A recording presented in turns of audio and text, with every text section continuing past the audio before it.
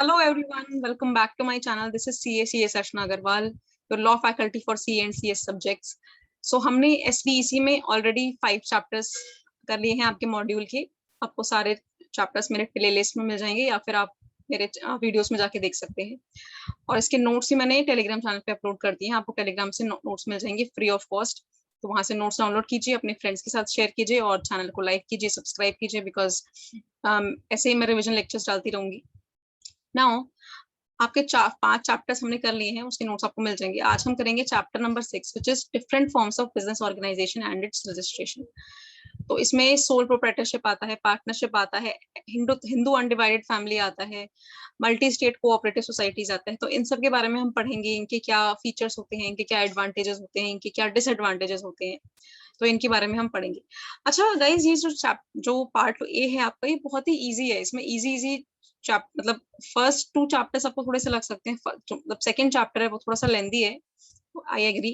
पर उसको छोड़ के आई डोंट थिंक कोई भी चैप्टर इतना बड़ा है. और सारे चैप्टर बहुत इजी, मतलब हार्डली हाफ एन आवर, अगर आपने एक बार अच्छे से पढ़ लिया है तो उसके बाद जब आप नेक्स्ट टाइम रिवाइज करोगे तो आपको हार्डली हाफ एन आवर भी नहीं लगेंगे हर चैप्टर में. तो बहुत ही आसान है, मतलब आप बस ये सोचिए कि आसान है तो आप कर लेंगे. ये मत सोचिए कि टफ है, इतने चैप्टर्स हैं, ये इतना सिलेबस है. तो आज हम करेंगे चैप्टर नंबर 6. बहुत ही आसान चैप्टर है. सबसे पहले आता है सोल प्रोप्राइटरशिप. तो सोल प्रोप्राइटरशिप जैसे कि आपको पता है, इसमें अकेला बंदा, अकेला इंडिविजुअल बिजनेस चलाता है. सारे बिजनेस डिसीजंस वही लेता है. ओन्ड, मैनेज और कंट्रोल्ड बाय उस इंडिविजुअल से ही होता है. वही पूरा कंट्रोल करता है, ओन करता है, मैनेज करता है. सारे फायदे उसके होते हैं, सारे नुकसान उसके होते हैं. उसकी लायबिलिटी अनलिमिटेड होती है. अगर कुछ ऐसी नीड आती है तो उसको अपने पर्सनल एसेट्स भी बेचने की जरूरत पड़ जाती है. Sole proprietorship is owned, managed and controlled by an individual. It is who is alone responsible for its management. वो पूरा खुद ही responsible होता है मैनेजमेंट के लिए. सारे assets वो own करता है और सारे profits भी उसे मिलते हैं और losses भी वो ही bear करेगा.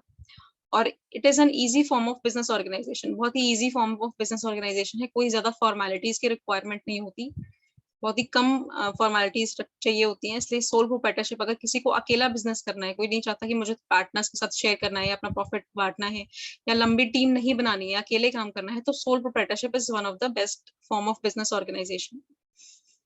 मेरिट्स क्या होते हैं सोल प्रोप्राइटरशिप के? तो मेरिट्स आपके हैं, इजी फॉर्मेशन है, इजी टू फॉर्म है, बहुत आसानी से आप क्रिएट कर सकते हो. क्योंकि अकेला इंडिविजुअल की जरूरत होती है, उसको ज्यादा कुछ रिक्वायरमेंट नहीं होती. सिर्फ उसके पास आइडिया होना चाहिए, जो वो काम करना है उसको वो होना चाहिए, या कोई भी जो बिजनेस करना है वो होना चाहिए, और इजीली फॉर्मेट हो जाती है.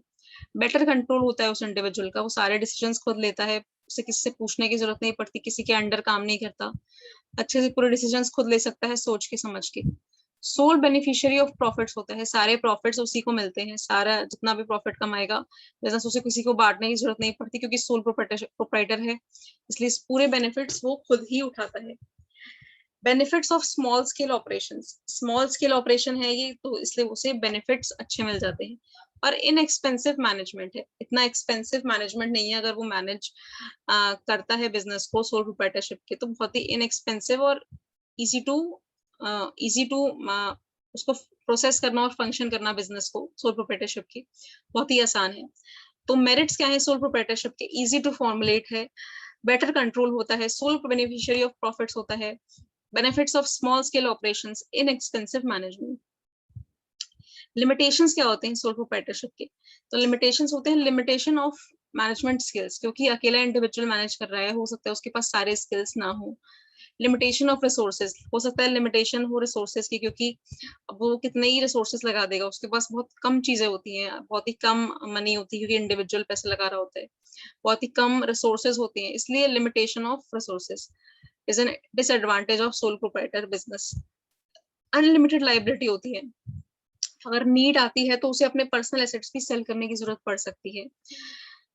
उसके पर्सनल एसेट्स जो हैं, खुद के एसेट्स भी बिक सकते हैं अगर कोई ऐसा काम हो गया या फिर कोई ऐसी जरूरत आ गई बिजनेस में. तो लैक ऑफ कंटिन्यूटी, क्योंकि सोल प्रोप्राइटरशिप इतना इजी है बंद करना और चलाना. तो अगर किसी सोल प्रोप्राइटर ने शुरू भी किया है बिजनेस, तो वो अगर नहीं चला या कुछ किया तो वो आसानी से बंद कर सकता है. तो इसलिए वो लैक ऑफ कंटिन्यूटी हो जाती है. जरूरी नहीं है कि वो एकदम जोश में कंटिन्यू करें. जैसे अगर आपने पार्टनरशिप शुरू करी, एलएलपी शुरू करी या फिर कंपनी शुरू करी, उसमें क्योंकि इतना इजी नहीं होता खोलना बंद करना, बिजनेस को, तो इसलिए उसमें फॉर्मेलिटी ज्यादा चाहिए होती है, तो वो कंटिन्यू चलती रहती है। पर सोल प्रोप्राइटरशिप में क्योंकि अकेला बंदा सब काम कर रहा है, वो कभी भी कंटिन्यू चाहे तो नहीं करे, तो फिर वो लैक ऑफ कंटिन्यूटी हो जाता है और वो कभी भी बंद कर सकता है। तो इसका कोई वो नहीं है कि मतलब आज है तो कल नहीं है, मतलब अगर वो सीरियस नहीं है तो वो बिजनेस को बंद भी कर सकता है। इसलिए लिमिटेशन इसके हो जाते हैं मैनेजमेंट स्किल्स, उसके पास हो सकते हैं सारे मैनेजमेंट स्किल्स ना हो, लिमिटेशन ऑफ रिसोर्सेज हो जाते हैं, सारे रिसोर्सेज ना हो, अनलिमिटेड लाइबिलिटी और लैक ऑफ कंटिन्यूटी। प्रोसीजर क्या होता है फॉर्मेशन का सोल प्रोप्राइटरशिप? तो it is formed bye, controlled by और मैनेज बाय वन इंडिविजुअल, एक ही इंडिविजुअल द्वारा बनाई जाती है, कंट्रोल की जाती है, मैनेज की जाती है। कोई भी डीड और एग्रीमेंट की जरूरत नहीं होती, क्योंकि अकेला इंडिविजुअल बना रहा है, वो क्या डीड और एग्रीमेंट बनाएगा।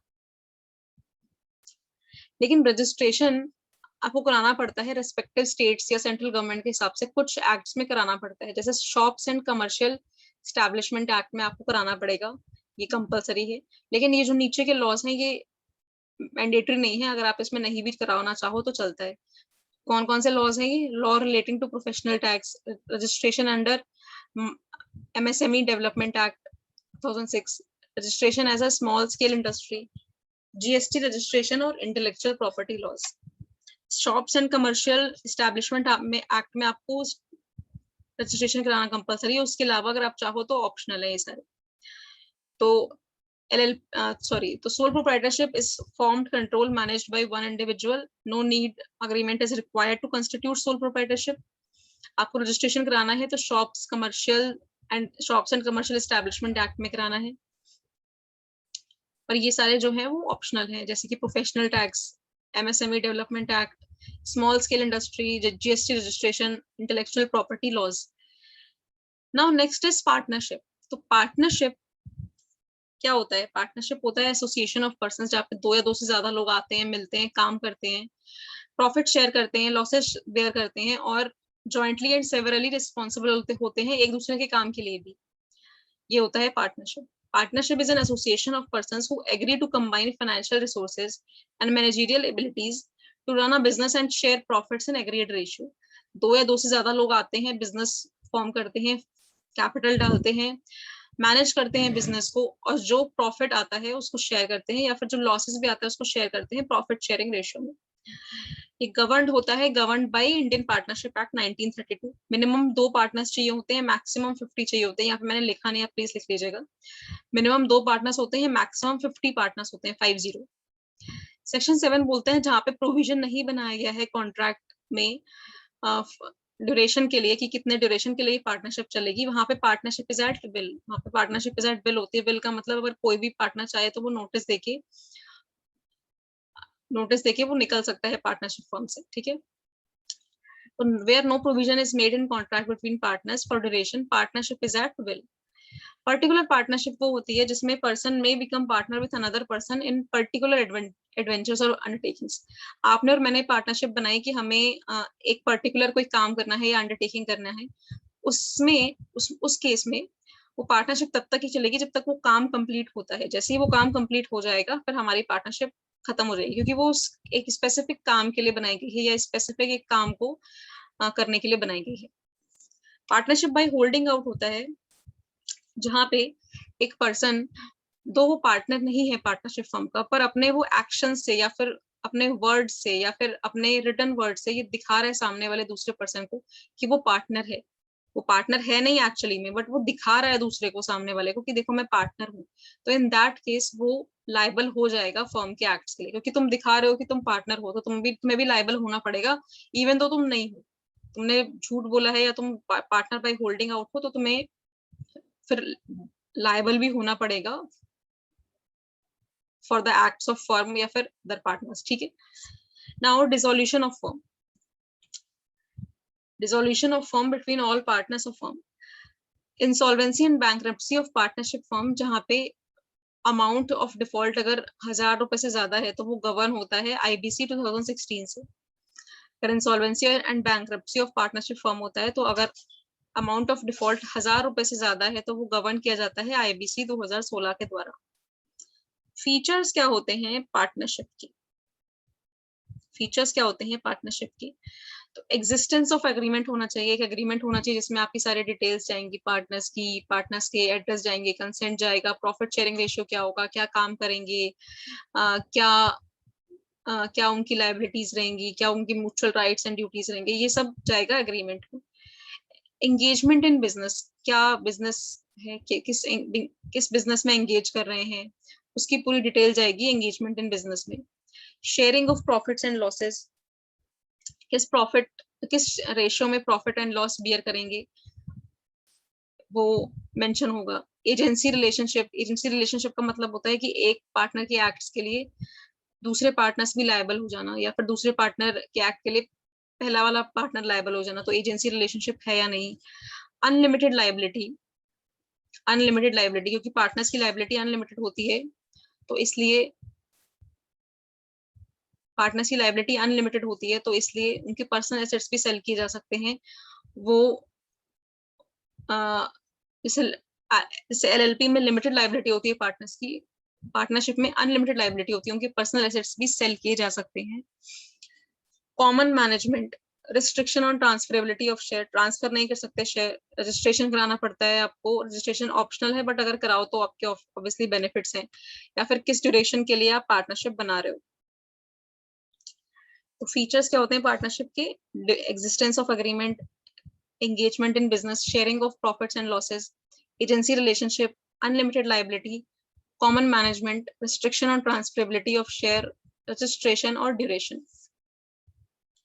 टाइप्स ऑफ पार्टनरशिप, तो ये ऑलरेडी हम कर चुके हैं पर फिर भी एक बार देख लेते हैं। पार्टनरशिप एट विल का मतलब होता है कि कभी भी एंड की जा सकती है जब किसी भी पार्टनर ने नोटिस दे दिया कि वो पार्टनरशिप में नहीं रहना चाहता। 3 पार्टनर्स हैं, उनमें से एक ने नोटिस दे दिया कि वो पार्टनर नहीं बने रहना चाहता, तो वो उस समय ही वो पार्टनरशिप एट विल खत्म हो सकती है। लेकिन नॉर्मली क्या होता है, जो रिमेनिंग पार्टनर्स हैं वो चाहे तो वो कंटिन्यू कर सकते हैं पार्टनरशिप को। पर्टिकुलर पार्टनरशिप, तो पर्टिकुलर पार्टनरशिप में ये होता है कि it is formed for a specific undertaking, कोई स्पेसिफिक काम करने के लिए बनाई गई है या कोई स्पेसिफिक कोई वेंचर के लिए बनाई गई है, और जैसे ही वो अचीव हो जाता है, जैसे ही वो काम हो जाता है, उसके बाद वो पर्टिकुलर जो पार्टनरशिप है वो खत्म हो जाती है, वो फिर एंड हो जाता है उस पार्टनरशिप का। Now partnership for a fix duration का मतलब ये होता है कि पार्टनरशिप कोई स्पेसिफिक टाइम के लिए बनाई गई है, सपोज 2 साल के लिए बनाई गई है, 3 साल के लिए बनाई गई है, तो उसको बोला जाता है partnership for a fix duration. तो कितने तरह के पार्टनरशिप्स होते हैं, 3 तरह के होते हैं। पार्टनरशिप एट विल, जो कोई भी पार्टनर नोटिस देके अपना इंटेंशन कि मेरे को छोड़ना है वो छोड़ सकता है और वो खत्म हो सकती है पार्टनरशिप, लेकिन पार्टनर्स चाहे तो वो कंटिन्यू भी कर सकते हैं। पर्टिकुलर पार्टनरशिप में कोई भी अंडरटेकिंग या कोई वेंचर के लिए काम किया जाता है और जैसे ही वो अचीव हो जाता है उसके बाद पार्टनरशिप खत्म हो जाती है। पार्टनरशिप फॉर फिक्स ड्यूरेशन का मतलब होता है कि किसी फिक्स टाइम के लिए पार्टनरशिप बनाई, 2 साल, 3 साल, 4 साल, तो उसको बोला जाता है partnership for a fix duration. Types of partners के क्या क्या टाइप्स होते हैं पार्टनर्स के, तो टाइप्स होते हैं, एक्टिव पार्टनर होता है, स्लीपिंग और डोरमेंट पार्टनर होता है, नॉमिनल पार्टनर होता है, पार्टनर बाय होल्डिंग आउट होता है। एक्टिव पार्टनर में आता है person who actively take part in day to day business of the firm. Person who actively take part in day to day business of the firm is a active partner, जो वो daily के activities में participate करता है, अपने सुझाव देता है, डेली काम करता है, तो उसको बोला जाता है एक्टिव पार्टनर।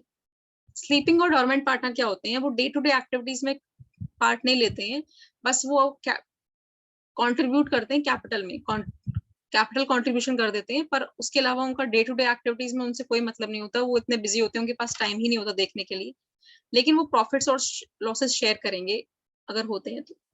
नॉमिनल पार्टनर्स होते हैं, कौन होते हैं, उनका बिजनेस में कोई इंटरेस्ट नहीं होता, वो अपना सिर्फ नाम दे देते हैं, नाम के पार्टनर्स होते हैं, वो कंट्रीब्यूट भी नहीं करते कैपिटल, लेकिन लायबल होते हैं थर्ड पार्टीज के लिए, थर्ड पार्टीज को लायबल होते हैं, वो सिर्फ अपना नाम लेंड कर देते हैं, पर क्योंकि अब नाम आ गया है तो वो थर्ड पार्टीज को लायबल हो जाते हैं, और प्रॉफिट्स अगर आते हैं तो वो शेयर करते हैं, क्योंकि ऑब्वियसली उन्होंने नाम अपना दिया है, वो नाम दे रहे हैं अपना फर्म को, तो इसलिए प्रॉफिट्स भी वो शेयर करेंगे। Partners by holding out, partners by holding out का वही मतलब होता है कि कोई पार्टनर है, वो पार्टनर नहीं है, सॉरी, कोई पर्सन है वो पार्टनर नहीं है, बट वो सामने थर्ड पार्टी को ये शो कर रहा है कि मैं पार्टनर हूँ इस फर्म का, वो अपने एक्शन से, अपने वर्ड से, अपने स्पोकन वर्ड से या फिर अपने रिटन वर्ड से ये दिखा रहा है थर्ड पार्टी को, देखो मैं पार्टनर हूँ फर्म का। तो इवन तो वो पार्टनर नहीं है, पर अगर कुछ फर्म ने कुछ ऐसा काम किया है जो इसके लिए और पार्टनर्स फर्म के लायबल हैं, तो फिर वो पर्सन जो पार्टनर नहीं भी था वो भी लायबल हो जाएगा, क्योंकि उसने सामने दिखाया है कि मैं भी पार्टनर हूँ, इसलिए वो डिनाई नहीं कर सकता, वो भी लायबल हो जाएगा। Minor can not become a partner in a firm. एक जो माइनर है, जो 18 साल से कम का बच्चा है, वो पार्टनर नहीं बन सकता फर्म में, लेकिन अगर वो चाहे तो वो उसे बेनिफिट्स मिल सकते हैं पार्टनरशिप के, पर वो पार्टनर नहीं बन सकता। मेरिट्स क्या होते हैं पार्टनरशिप के? इजी टू फॉर्म होता है, बहुत आसानी से बन जाता है। पूलिंग ऑफ फाइनेंशियल रिसोर्सेज, क्योंकि दो या दो से ज्यादा लोग मिलके आ रहे हैं, तो फाइनेंशियल रिसोर्सेज पूल करना आसान हो जाता है। जैसे प्रोप्राइटरशिप में सिर्फ एक ही पर्सन अपने पैसे लगाता है, पार्टनरशिप में दो या दो से ज्यादा लोग लगा रहे हैं, तो ऑब्वियसली बात है पैसा ज्यादा आएगा, तो इतनी दिक्कत नहीं होती कि शुरू करने में कि कैसे करना है business. Pooling of managerial skills, again क्योंकि दो से ज्यादा लोग एक साथ आ रहे हैं, वो काम कर रहे हैं, वो अच्छे से मैनेज कर सकते हैं। एक का काम जैसे होता है ना कि एक की कमी दूसरे ने पूरी कर दी, दूसरे की कमी, एक को कोई अच्छा काम किसी में अच्छा है, एक सपोज अकाउंट्स में अच्छा है, एक मैनेजमेंट में अच्छा है, तो वो दोनों अपने हिसाब से अपना मैनेजरियल एरिया चूज कर सकते हैं कि उन्हें क्या करना है, और वो उस एरिया में अपना पूरा टाइम दे सकते हैं। बैलेंस्ड बिजनेस डिसीजंस ले सकते हो आप, और शेयरिंग ऑफ रिस्क, आप रिस्क वगैरह शेयर करोगे। इजी टू फॉर्म होता है pooling of financial resources, pooling of managerial skills, balanced business decisions और शेयरिंग ऑफ रिस्क। लिमिटेशन क्या होते हैं पार्टनरशिप के? अनसर्टेनिटी ऑफ एग्जिस्टेंस, क्योंकि एग्जिस्टेंस अनसर्टेन रहती है कि कब तक चलेगी नहीं चलेगी, कोई क्लैरिटी नहीं रहती। रिस्क ऑफ एम्प्लॉयड अथॉरिटी रहता है। रिस्क ऑफ डिसहार्मनी, क्योंकि दो से ज्यादा लोग काम कर रहे हैं तो डिसहार्मनी तो होगी, कोई किसी की बात दूसरे को नहीं अच्छी लगेगी, वो उससे अग्री नहीं करेगा, तो एक डिसहार्मनी रहता है कि कोई दूसरे की बात से अग्री नहीं करे, तो वो डिसहार्मनी हो जाएगा। Difficulty in withdrawal from firm, आप विड्रॉल नहीं कर सकते easily. Lack of institutional confidence, difficulties in expansion, आप एक्सपैंड नहीं कर सकते। तो लिमिटेशंस क्या है? Uncertainty of existence, risk of employed authority, risk of disharmony, difficulty in withdrawal from firm, lack of institutional confidence, or difficulties in expansion. Partnership form, document that outlines in detail rights and responsibilities of all partners parties to business operation. तो partnership deed वो document होता है जिसमें सारे rights responsibilities partners के, parties के, business के लिए उनकी क्या रिस्पॉन्सिबिलिटीज हैं, क्या ड्यूटीज हैं, वो सब मेंशन होते हैं। की इंग्रेडिएंट्स क्या होते हैं पार्टनरशिप डीड के? डेफिनेशंस होते हैं उसमें सारे कि क्या कौन पार्टनर है, क्या वाइटल इंफॉर्मेशन, वो सब लिखा जाता है। इन्वेस्टमेंट कितना कैपिटल ला रहे हैं पार्टनर्स, अकाउंटिंग लिखा जाता है। ड्यूटीज और पावर्स क्या है पार्टनर्स के, विड्रॉल्स क्या है, क्या उन्होंने विड्रॉ किया है, एक्सपल्जन कैसे होगा, डिसोल्यूशन कैसे होगा पार्टनरशिप फॉर्म का, आर्बिट्रेशन वगैरह के मैटर्स कैसे डील होंगे, तो ये सब जाता है पार्टनरशिप डीड में। आर्बिट्रेशन के मैटर्स कैसे डील होंगे, एक्सपल्जन, डिसोल्यूशन कैसे होगा, विड्रॉल्स कैसे होंगे, ड्यूटीज, पावर्स और ऑब्लिगेशंस क्या होंगे, अकाउंटिंग क्या होगा, इन्वेस्टमेंट कितना रहेगा, डेफिनेशंस और वाइटल इंफॉर्मेशन, ये सब जाता है इंग्रेडिएंट्स ऑफ पार्टनरशिप डीड में। Partnership forms governed bye Indian Partnership Act 1932, though not compulsory to register partnership firm, has no penalties if it is advisable. Service rights described below denied to unregistered firm. Sorry, it is advisable since rights described below denied to unregistered firm. तो partnership forms जो है वो governed by Indian partnership act 1932 होती हैं, do not compulsory to registered partnership firm, compulsory नहीं है register कराना partnership firm को,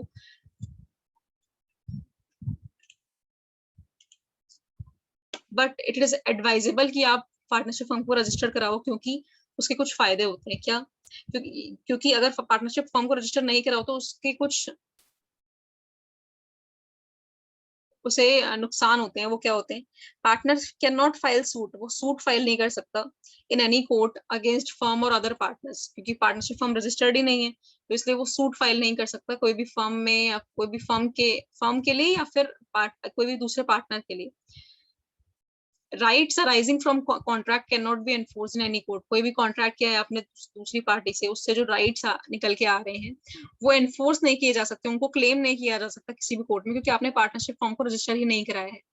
फर्म और partners can not claim set of, firm और पार्टनर्स क्लेम सेट ऑफ नहीं कर सकते अगर पार्टनरशिप फर्म रजिस्टर्ड नहीं है तो। Registration under income tax is different from registration with IT department. Mandatory to apply it is mandatory to apply for registration under IIT department and have PAN and open current account.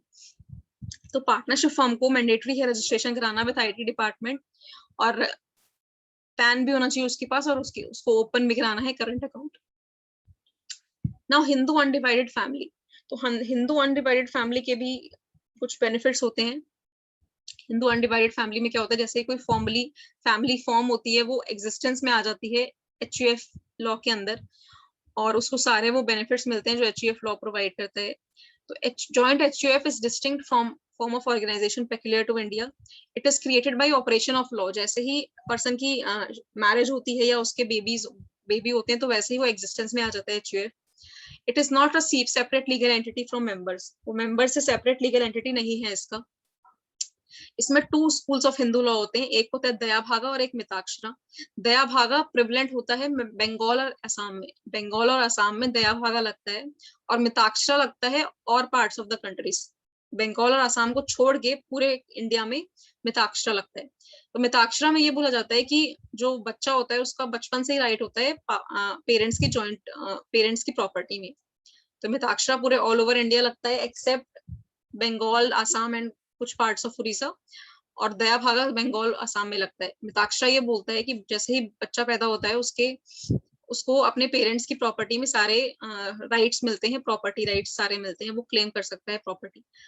Now business of HUF control और managed by कर्ता. एक कर्ता होता है who is the eldest member of the family. कर्ता होगा वो ही manage करेगा एचयूएफ के बिजनेस को.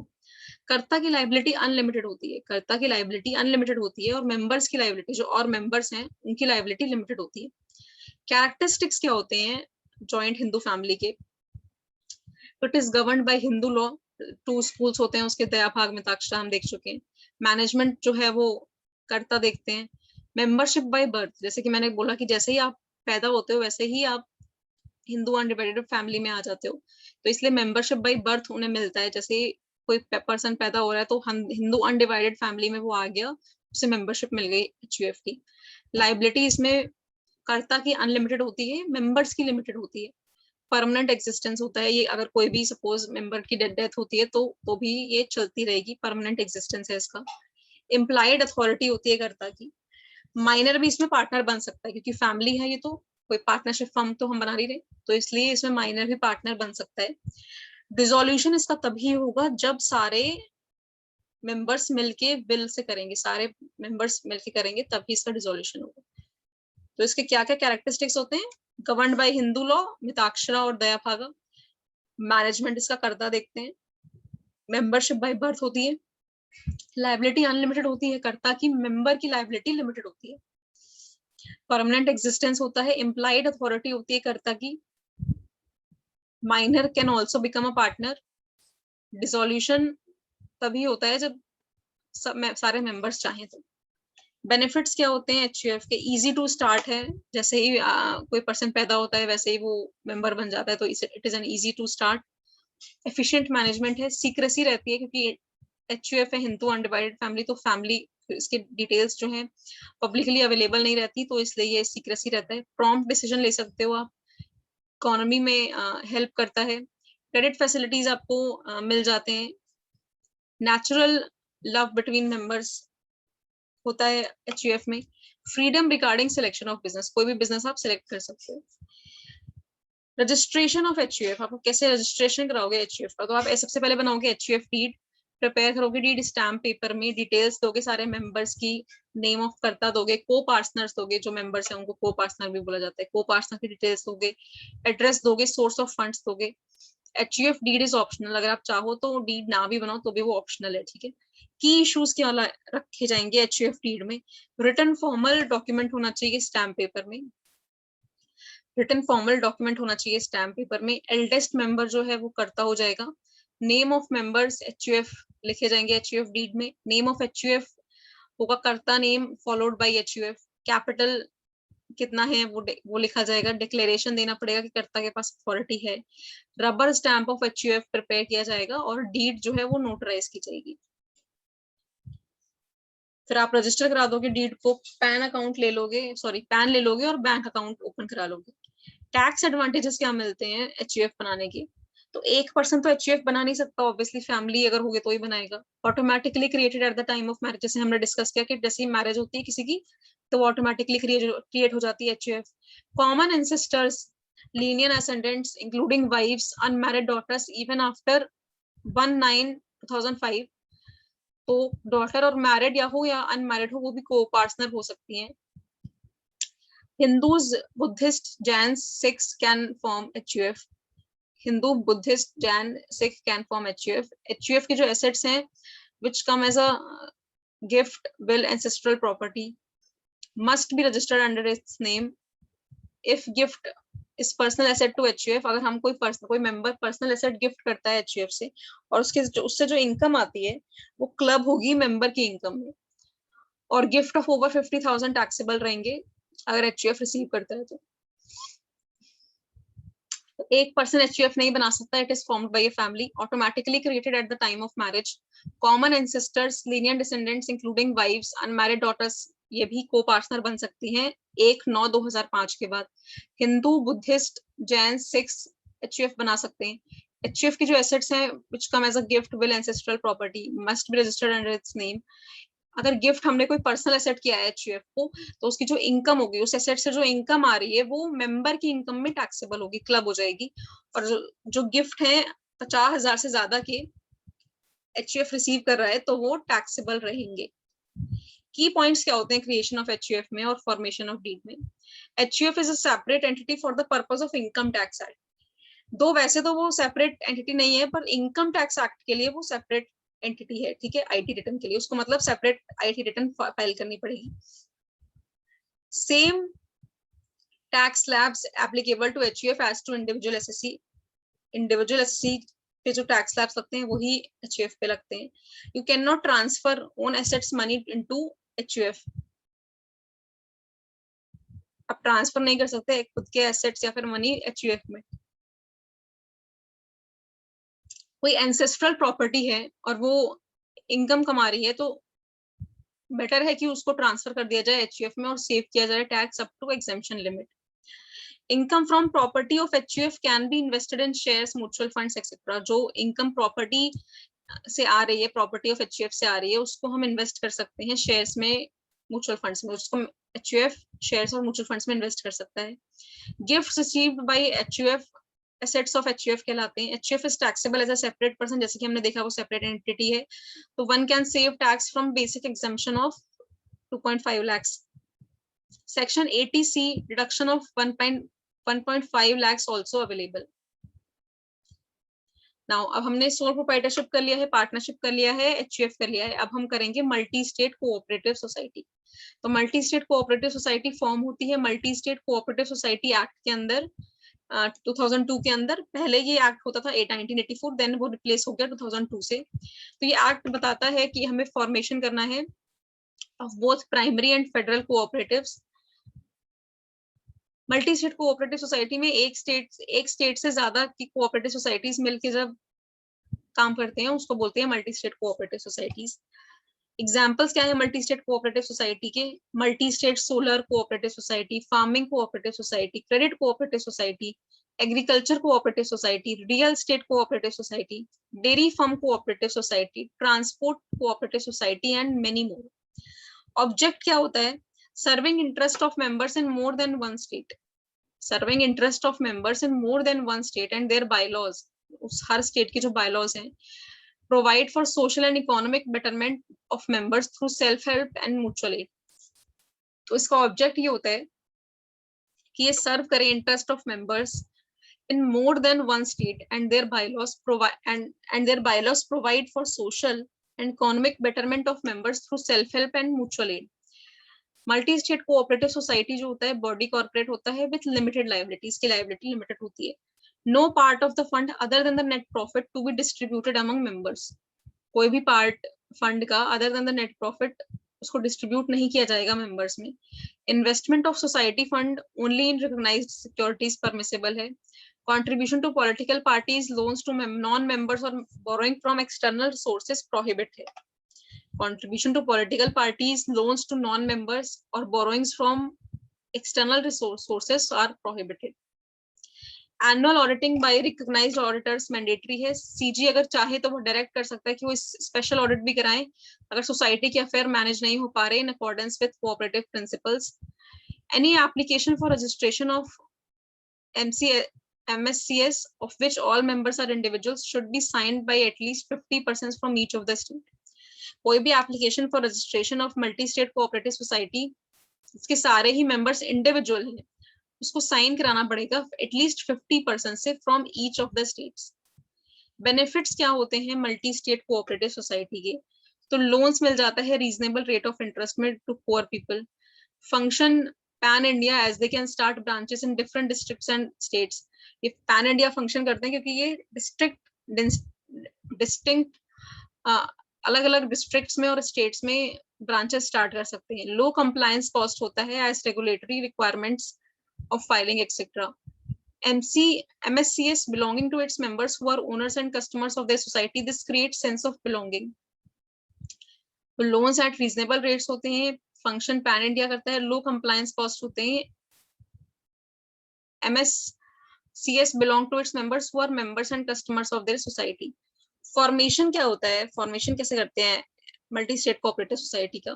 तो फॉर्म नंबर 1 में आपको फाइल करना पड़ता है central registrar of cooperative societies के साथ अलोंग विथ फॉलोइंग एंक्लोजर्स। तो एप्लीकेशन आपको फाइल करना होता है फॉर्म नंबर 1 में with central registrar of cooperative societies new Delhi along with following enclosures. Certificate from bank stating credit balance, scheme explaining how multi-state cooperative society has reasonable prospects of becoming a viable unit, 4 copies of bylaws in original, proposed area of operation for registration initially be permitted for contiguous states only, list of at least 50 members from each state, list to be submitted in format annexed to MSCS Act 2002 along with copies of ID proofs, certified copies of resolutions passed by proposed society along with certified true copy of resolution of promoters. उसमें आप दोगे specify करोगे name, address of applicants to whom central registrar may address correspondence, contact number और email address chief promoter का दोगे। These those societies who have object related to thrift and credit and for multi-purpose societies उनके लिए आप following attachments लगाओगे जैसे कि NOC from registrar of cooperative societies of states or certificate to effect that credentials of chief promoter verified by registrar of cooperative societies. Formation कैसे करोगे? सबसे पहले फॉर्म नंबर 1 फाइल करोगे central registrar of cooperative societies के साथ। उसमें एंक्लोजर्स कौन से लगाओगे? सर्टिफिकेट लगाओगे बैंक से स्टेटिंग credit balance, scheme between how MSCS has reasonable prospects of becoming a viable unit, 4 copies लगाओगे बायलॉज के ओरिजिनल, प्रपोज्ड एरिया लगाओगे ऑपरेशन का for registration initially be permitted for contagious states only, list of at least 50 members लगाओगे each state के लिए, list submit होगी along with copies of ID proofs के साथ, certified copies लगाओगे resolution का passed by proposed society along with CTC of resolution of promoters, contact number लगाओगे और email address लगाओगे chief promoter का। और जिनको ऑब्जेक्ट, जिन सोसाइटीज का ऑब्जेक्ट है रिलेटेड टू थ्रिफ्ट और क्रेडिट फॉर मल्टीपर्पज सोसाइटीज, उनको NOC भी लगाना है from registrar of cooperative societies of states और certificate to effect that credentials of chief promoter verified by registrar of cooperative societies.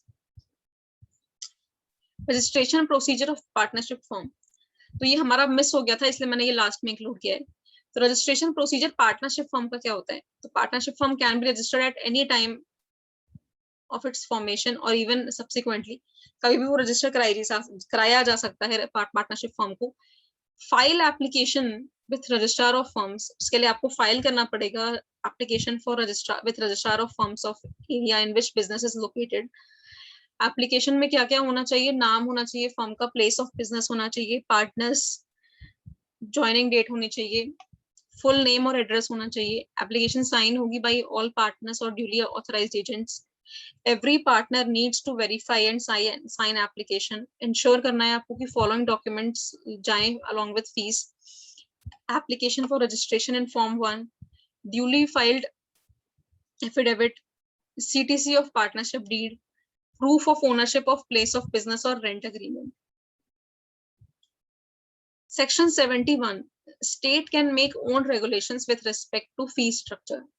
State can make own regulations with respect to fees structure. तो once registrar of firm satisfied कि आपने application procedure पूरा duly comply किया है, वो record कर लेगा entry अपने registrar of firms में और certificate issue कर देगा registration का. इसी के साथ हमारा हो गया है chapter number 6. तो आई होप गाइज आपको ये लेक्चर्स पसंद आ रहे हैं और नोट्स पसंद आ रहे हो. आपको ये नोट्स सारे टेलीग्राम चैनल पे मिल जाएंगे. टेलीग्राम चैनल को ज्वाइन कर लीजिए और यूट्यूब चैनल को सब्सक्राइब कर लीजिए और अपने फ्रेंड्स के साथ भी शेयर कर दीजिए. एंड आई होप आपकी प्रिपरेशन अच्छी चल रही हो और आप सब अपनी हेल्थ का ध्यान रख रहे हो और रखना भी चाहिए. आपके पास 3 महीने हैं, आप 3 महीने में अच्छे से प्रिपेयर कर सकते हैं. So give it your all and all the best and subscribe to the channel. God bless you all. Take care. Bye bye.